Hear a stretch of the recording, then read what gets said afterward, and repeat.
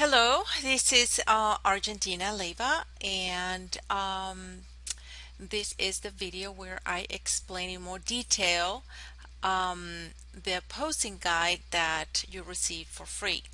So you receive three poses, and they are three poses that are very popular and can work for really most body types. And there's some tricks about them that I really want to point out so that every time you nail down the perfect pose. So of my series of 60 poses that I had, this is pose number one, and it's really at the beginning of any session. I'm just going to zoom in here so you can start seeing better where I point out. So this is a very simple session, and one thing that I need you to tell your client to notice is the first thing you want is to tell your client that she shouldn't be sinking her head and her shoulders. Always stretch her neck. Otherwise, there's not going to be separation here, and her neck is going to look short, and she's going to look also kind of uncomfortable. After that, then the next thing is going to be the position of the head. So in this pose right here, she's very straight looking at the camera, and that is not very appealing, especially if it is a very round face or she has a little bit of weight on her face. When it's sideways, it always slims down the image, and also it's also going to be easier to do a little bit of Photoshop here. There's a little bit of a double chin. It's going to be much easier this way. So so then you get her to turn her head, and the one thing you want to keep in mind is that you should be able to look at both eyes through your camera.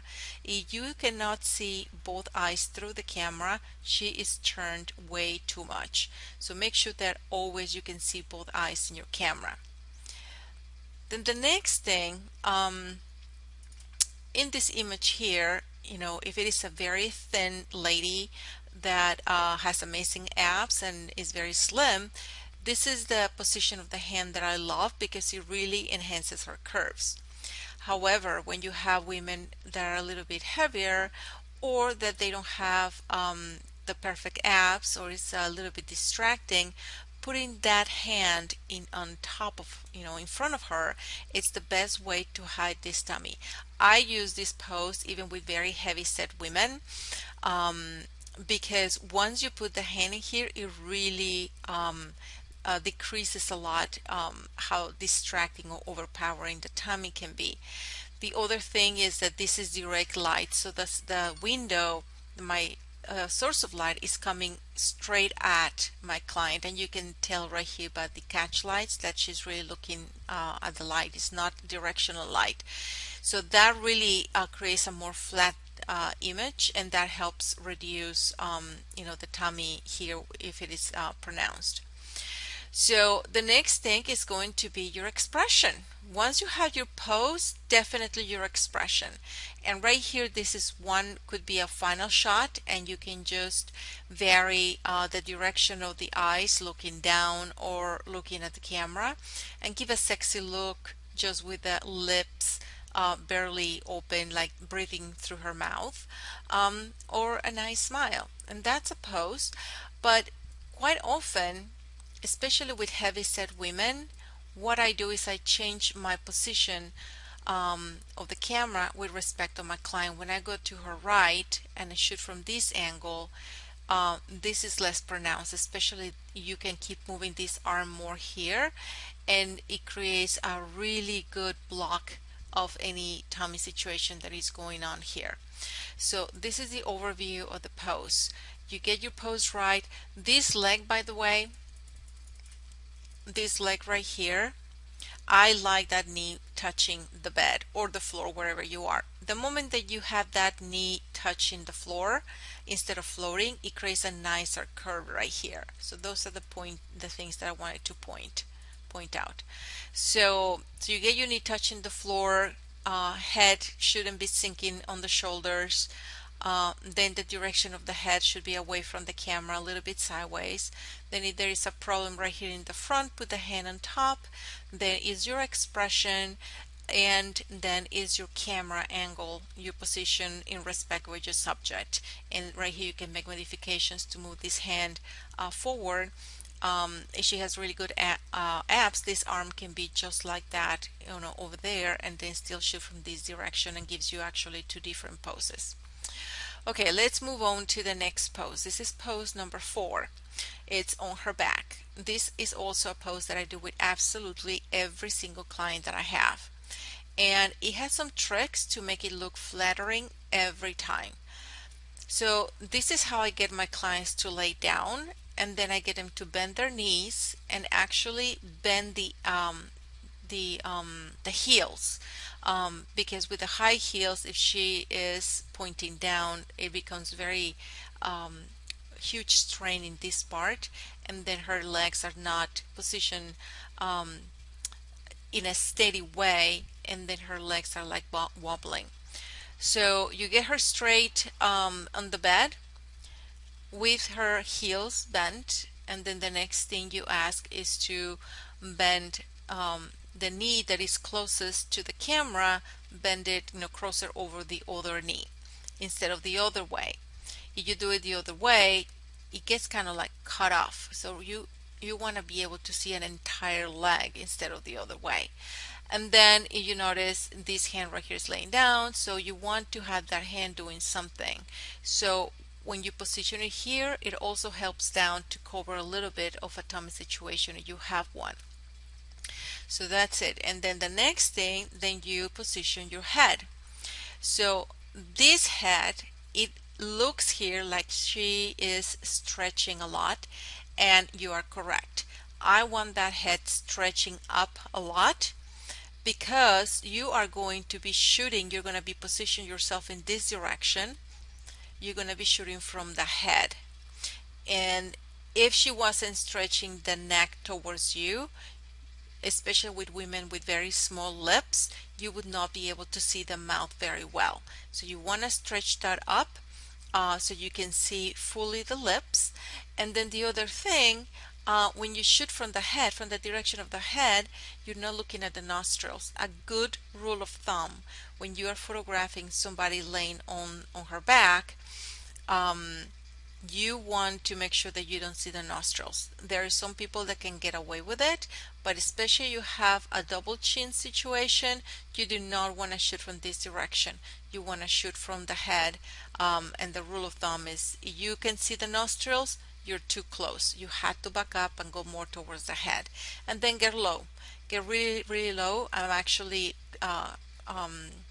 squatting here a lot to come down pretty much at the height of the eyes, because what I want to do is get the attention going from the eyes into the cleavage. If I was standing up, it would be coming from here, and you do not get the same effect. You would be looking at the breast from above instead of from the side. So you want to squat down. And then the last thing is going to be, of course, your expression and your framing. This is actually a final shot. It could be a final shot, it's a close-up, and then you can zoom out to include the leg. Just make sure that you crop below the knee and that you don't see the shoes, because it's kind of distracting. You just need a little bit of a detail of the leg right here, and then you direct her expression. You can get her looking at the eye, at the camera, with the eyes closed, smiling, not smiling. And once you're here, the more you squat, the more you're going to avoid that. The curve of the breast is really going to cover a lot of your tummy situation here.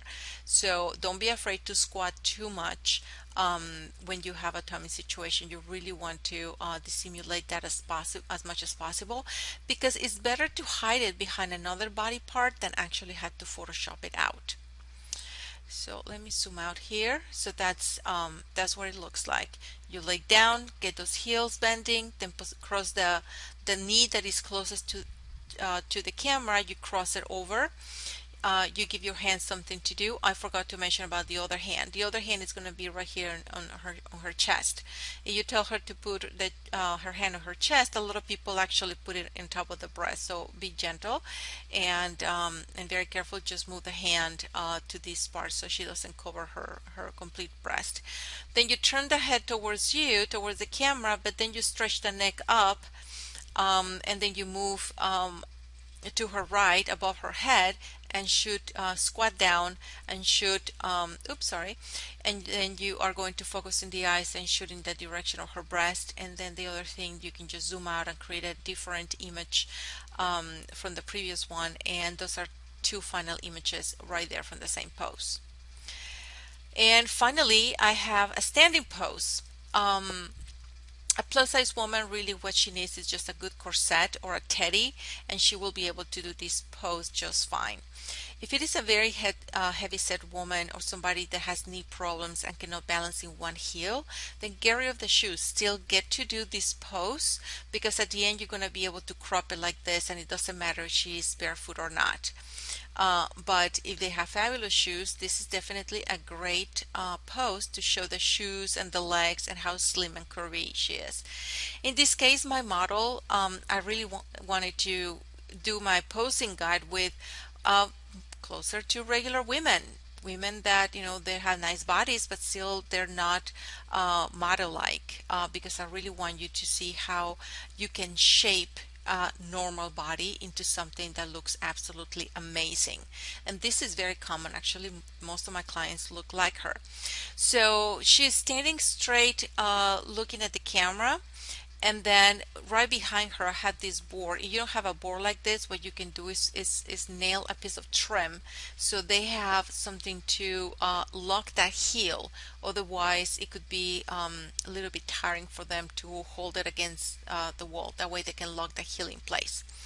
So in this case, I'm getting the leg that is closest to my source of light bent, because I want the light to hit this part so the curve gets enhanced. Light enhances features, whereas shadows dissimulate features. And then I want that hand in the smallest part of her waist, not on the hip, but in the smallest part of the waist. That way she can get the effect of making it a little bit smaller. Then after that, you get that hip kicking towards the light source, and that is going to create a nice curve, and with the help of the light hitting straight to that curve, it's going to get more enhanced. Then the next thing is going to be do something with the other hand. So she can be playing with the hair, she can be playing with the strap of the bra, or she can just be touching her chest. Then the next thing is going to be to position her head. Again, in this case, she's straight at the camera. That is not very flattering, so she has to turn away from the camera and in the direction of the light. When you turn in the direction of the light, you create a shadow here, and that is going to make her face look slimmer. If you have a problem here with the double chin, the best way to solve that is to step up on a three-step ladder. When you shoot a little bit high, that is going to be hidden very, very easily. And that's one pose, and I like to move a little bit to the side and then tilt my camera counterclockwise, so one corner of my camera is hitting the top of the hair and the other is closer towards the knee, and that gives me illusion of movement when it's inclined like that. And then this also is going to give me the ability to Photoshop here, tuck it in a little bit with the liquify tool, and it's going to be easier than make something straight at you look flatter. So this one you can just push it in really nice. You can fix it here a little bit with Photoshop. The curve is perfect. You notice that the hand being in the smallest part of the waist, it makes the waist look smaller, and when you push the whole thing in a little bit with liquify, it looks more normal, and then that gets easily fixed. So and then your next thing is going to be your expression, looking at the camera, looking down, smiling, serious. You can do full bodies and then cropped poses, and that is your other pose. And I do this pose pretty much with everybody as well. Most of my plus size ladies will have appropriate outfit that will help me shape them. It is very rare for me to have a plus size lady in a two-piece. Most of them have garters, cinchers or corsets or teddies that help me with this, and we showcase the legs and the cleavage and their face to look amazing. So that is the guide for these three poses. Study them, listen to this video over and over and over, and practice, practice, practice. Practice a lot with different types of women until you perfect each one of these poses, and your clients are going to absolutely love it. Thank you so much, and I'll see you next time. Goodbye.